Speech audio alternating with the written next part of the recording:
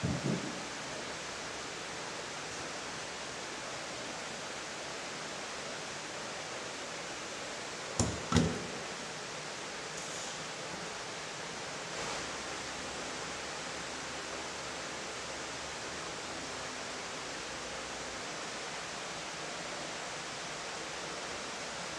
I arrived, I was really happy to see the place.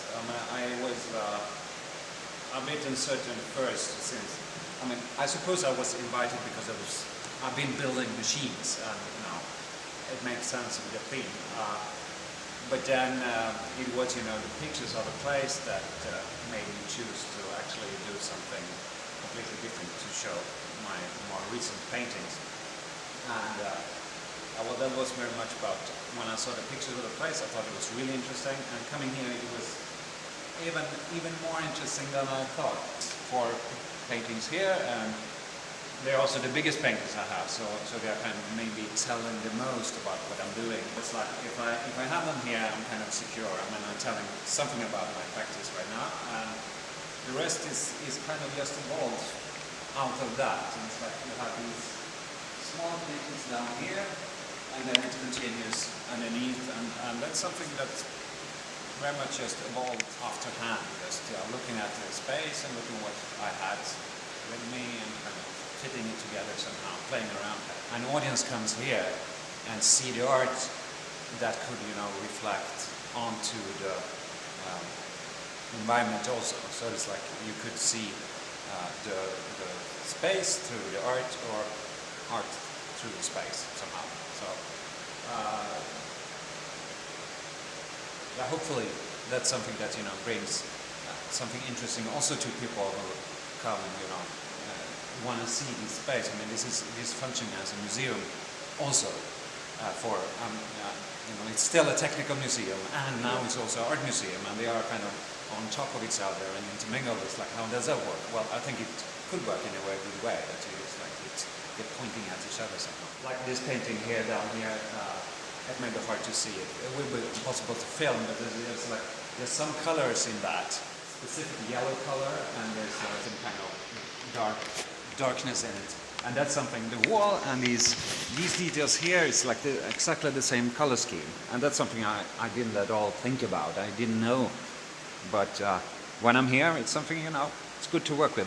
And of course this pentagon, which has its own story, but I thought it was interesting to bring them here because they are kind of round, and since they are not like stackable form, they are constantly turning and stuff like that.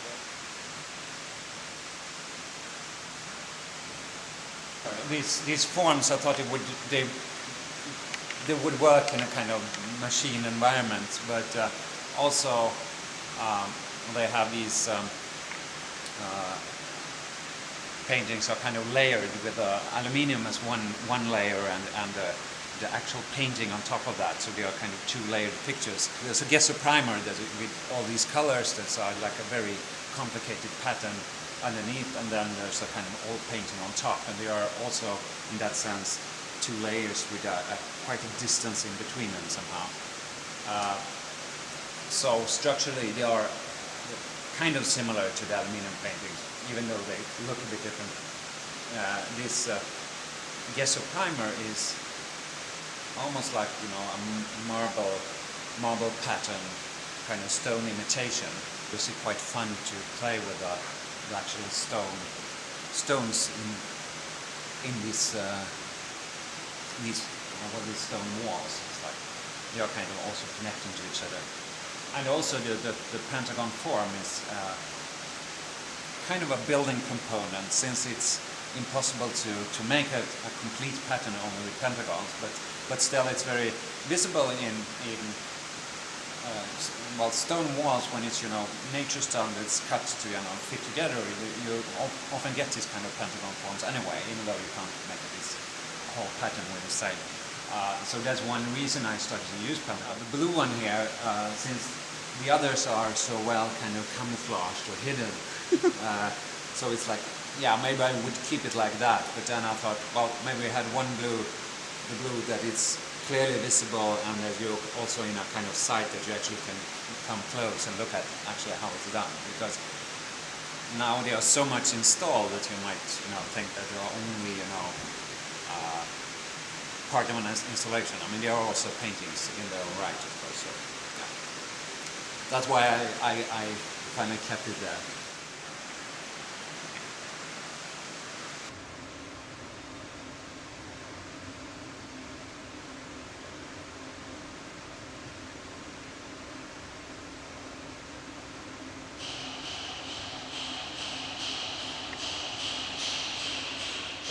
Very, very beautiful up here, and then there's something not really working here, and it's so, I mean, obviously it's quite fun. It's like this is a room, a very practical room, but I think about it as a kind of installation, art installation. It's like, yeah, well, this part is not really working here.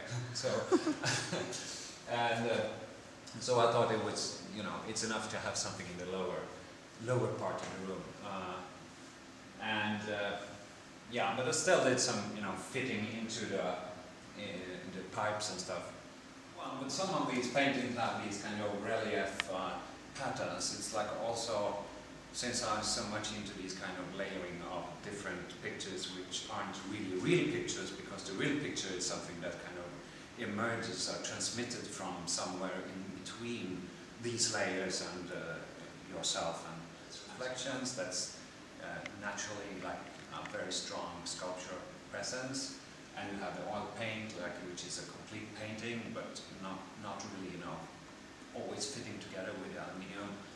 And the third here is the relief structure. And it was just a kind of interesting coincidence that it's like this shattered drawing here has some kind of correspondence to whatever is going on the floor here. Closeness to certain details in the space. It's like this is the greenish painting on the wall is really close to all this green, and the blue paint. There's a blue color reflected from the room, and of course this is the most of them all, because there you have this yellow light that is reflected, which makes you can't really see the painting at all from within the room. You have to come, from when you're outside the room.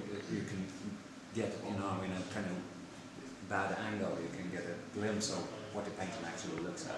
The picture that you receive when you're looking at something is something that you have to construct yourself. You always have to do that.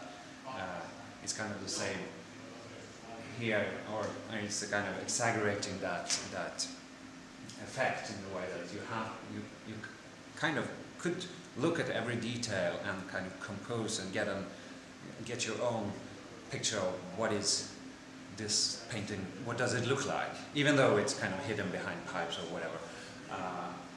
So it's like playing around with this kind of concept of like, how do you really perceive an image? It's like, how is it constructed in this? You have the material, you have the artist, you have the audience, and somewhere there might be an image.